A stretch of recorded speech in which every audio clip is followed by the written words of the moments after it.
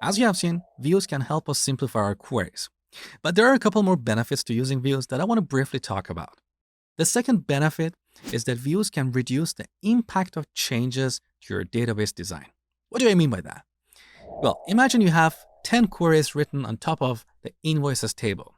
Tomorrow, you decide to make a change in this table. You may decide to rename the table or one of its columns, or you may even decide to move one of the columns in this table to a different table. What will happen to your queries?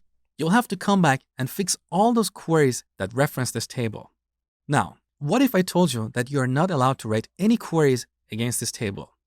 Instead, you should always use this view that we created earlier, invoices with balance. This view looks almost exactly like our invoices table, but it has one extra column, the balance, which is also very useful. Now, if we decide to make any changes to the underlying table, that is the invoices table, we can simply modify our view code and use an alias for the changed columns to bring back their old name.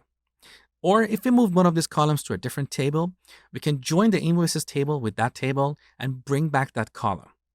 With this design, the only place we need to change is the view. If all our queries are based on this view, they will not be affected by a change in the underlying table, the invoices table. So, views provide an abstraction over our database tables, and this abstraction reduces the impact of changes. There is also another benefit to using views. We can use views to restrict access to the data in the underlying table. For example, in your view, you may use a where clause to filter the records, or you may exclude some of the columns in the underlying table.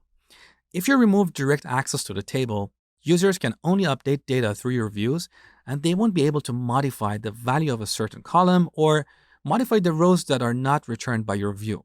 Of course, this is not always that easy, and it requires a lot of planning. Otherwise, you will end up with a big mess. So, be aware of these benefits, but don't apply them blindly to every situation. Just remember that views can help you simplify your queries, so that's a great winner. But also remember that you can use them to put an abstraction layer over your tables and reduce the impact of changes. And finally, you can use them for data security. All right, we have reached the end of this section. In the next section, I'm going to talk about stored procedures and functions.